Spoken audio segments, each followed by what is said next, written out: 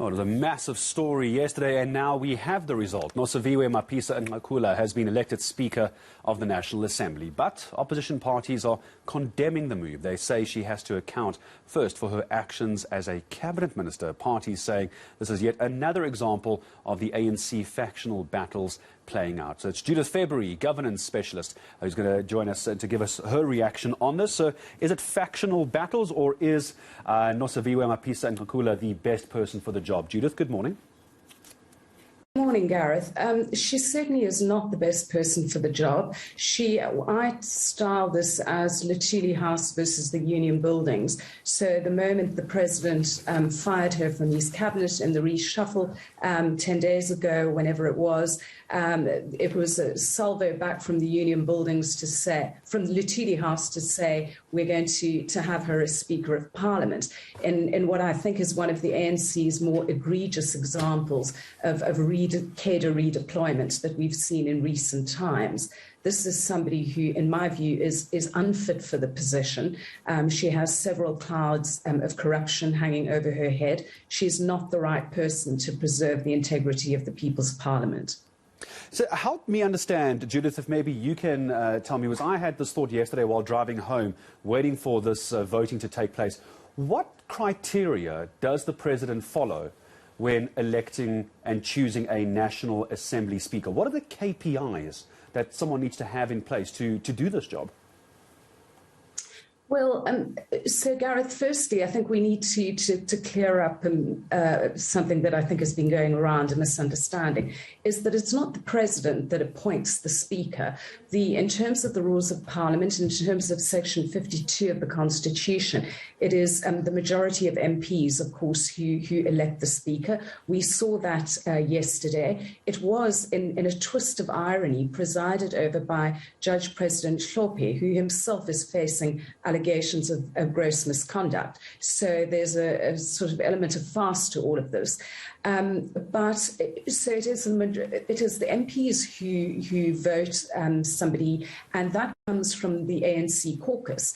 Now, of course, there is the input then from Luthuli House, from the sort of the party itself within Parliament, to put forward a name. Hence my comments about this being like the Union Buildings versus Luthuli House.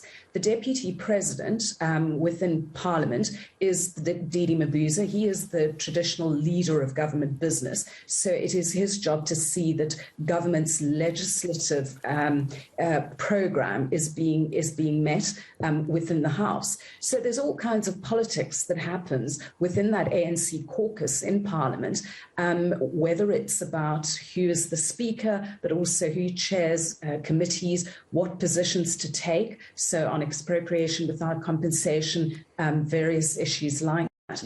So, but the role of the Speaker is crucial, because if you look at the rules of Parliament, if you look at the parliamentary website, it talks about the Speaker having to exercise impartiality, but also being the custodian of the integrity of this Parliament. And this Parliament speaks on behalf of you and me, of all of us.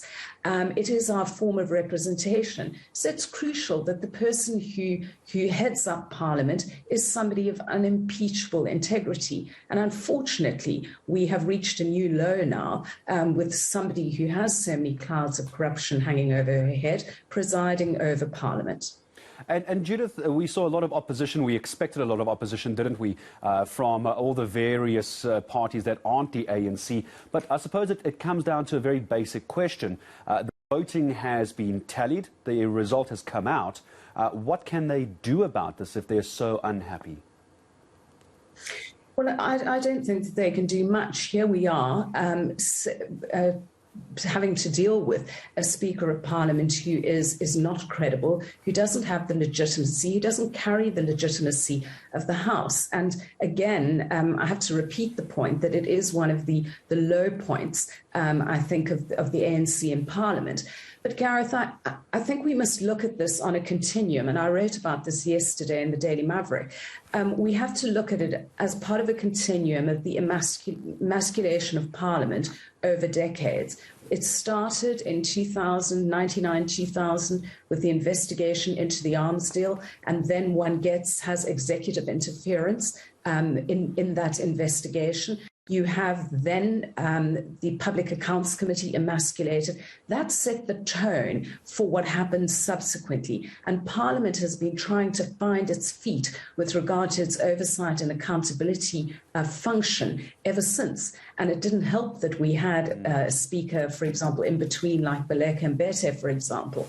And so one has to look at this as well on that continuum. And it's part of the weakening of the ANC itself, which is just reflected within Parliament, but also the weakening of the pool of MPs from all the political parties, I think, who go to Parliament. Very difficult to find real lawmakers amongst the 400 MPs who sit there. There are, of course, noble exceptions. I'm sure there are. And Judith, one day when we speak again, I'll put the question to you about a comment made on a radio station yesterday about why should it be a politician that is the Speaker of Parliament? Why can't it be a lawyer or an advocate? The name Thuli Madonsela was even thrown out there as well. But I'll leave that there for now. We can talk about it another day. As Judith February, governance specialist, giving us her thoughts on the new Speaker of the National Assembly. It is Nosiviwe Mapisa-Nqakula.